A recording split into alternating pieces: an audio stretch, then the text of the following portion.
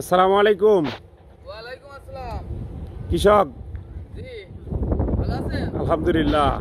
এই যে ধান, এটা কি ধান রোপণ রডমিনি।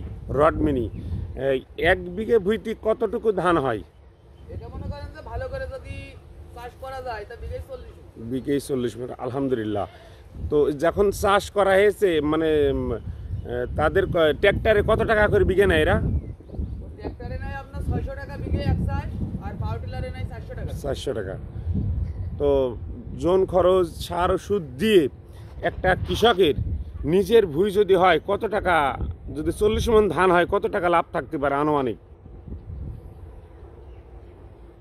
40 মণ ধান যদি হয় তা কিছু না হলেও 10,000 মণ থাকবে। 10 মণ। আর যারা লিজ নেয়, যারা লিজ নাই ওদের তো মনে করেন যে টানাটানি, মানে ওদের আর কি থাকাই কষ্ট। যদি নিজেরা যদি খাইটা মাইটা করতে পারে খালি টাকা কিছু থাকলো, আর লিজ নিয়ে যদি জন দিয়ে করতে হয় তাহলে ওদের কিছু আর থাকে না। কারণ এক বিঘা জমি লিজ 12,000 টাকা, আরো অনেক খরচ আছে। সুপ্রিয় দেশবাসী, আমরা কোনো না কোনো সংবাদ নিয়ে আপনাদের মাঝে আমরা উপস্থিত হই, দবির আলী নিউজ। তো আজকে আমরা বিষয়খালী বাজার, এই বিষয়খালী মাঠে মাঠে আমরা একটা প্রতিবেদন তৈরি করছি, অসাধারণ সুন্দর। বেশ কয়েকদিন আগে আমরা দেখেছিলাম যে ধান তারা অর্থাৎ পাতো লাগিয়েছে, লাগানোর পরে তারা অসাধারণ সুন্দর। এই ধানটা কতদিন আগে লাগানো হয়েছে? এই ধানটা মনে করেন আপনার 20 দিন মতন হয়েছে। আমি দেখলাম সবার শেষে এই ধানটা লাগানো, কিন্তু আমি দেখছি সবার প্রথমে চলে যাওয়ার কারণটা কি? কি ওষুধ দিয়ে, সার দেওয়া হয়েছে? আমি ওই যে আপনার অনেকে দামি দস্তা দেয় বুঝছেন। আচ্ছা আচ্ছা। তা আমি আবার একটু মনে করেন যে একটু কুমা দস্তা দিয়ে দেখি কি কাজ হয়। আপনার ওই দামি দস্তা মনে করেন যে 1 কেজি 350 টাকা। 350 টাকা। আর আমি দিছি 1 কেজি 35 টাকা। বিঘায় দিছি 5 কেজি করে। এতে আমার দাম আসছে 180 টাকা। আর ওই দামের 1 কেজি দিতে গেলে লাগবে 320 টাকা। 1 কেজি ইউরিয়া সার কত, ফসফেট কত এখন? 1 কেজি ইউরিয়া ধরেন আপনার সরকারি রেট 27 টাকা কেজি, কিন্তু নিতে গেলে তো ওই রেটে দিচ্ছে না। কারণ বেশি নিচ্ছে।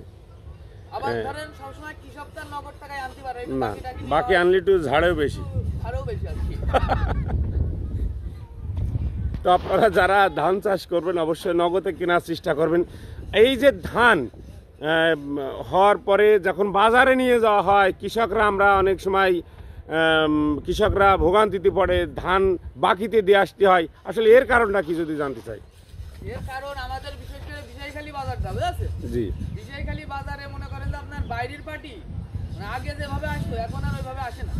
এখন এই এলাকার পার্টিরা আছে। এখন আমি চাষি ধান নিয়ে গেছি, ওই 5 জন ব্যাপারী আছে, তাদের কাছে আমার বেচতে হবে। এই 5 জনেরই মনে করেন যে রসুনের কাঁচার মতো একই রকম। তবে তো ধান আজকে 1300 বেশি কিনবো না, কেউ আর কিনলো না। এখন আমার ধরেন জন ধনে টাকা দিতে হবে, আমার বেঁচে আসতে হবে। বাইরের পার্টি যদি আসে ধানের দামটা বাড়ে, কিন্তু এলাকার এই সব ব্যাপারীরা মনে করেন ধানের দাম দিতে চায় না। তো ওই 1 বিঘে ভুঁইতে বলা হচ্ছিল যে 12,000 টাকা করে নেয়। তা এতে যে কৃষকরা তাদের যে বাঁচা কষ্ট, সে বিষয়ে যদি একটু। এখন বাসা কেস তো এখন মনে করেন যে এর জন্য দোষ চাষিকে। কারণ আমি একটা জমি নেবো 10,000 টাকা, আর এক চাষি যে গৃহস্থর বলছে আমি 12,000 দেবো, আর একজন যে বলছে 12 না আমি 13,000 দেবো। এইভাবে মনে করেন যে দামটা উঠে, কিন্তু লাস্ট ফিনিশিং হিসাব করে যে কিছুই থাকে না, সারের দোকান এর দোকানে হালকাটা দিয়ে দিতে ও চাটি বাটি শেষ।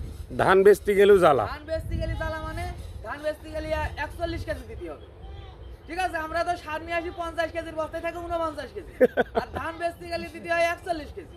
এই 1 কেজি যে কোন সিস্টেমে আসে এটাই আমরা বুঝিনি। কৃষক ঝাড়ার লাইন। কৃষক ছাড়ার লাইন। তো আজ এ পর্যন্ত। সকলে ভালো থাকবেন, সুস্থ থাকবেন। আল্লাহ হাফেজ।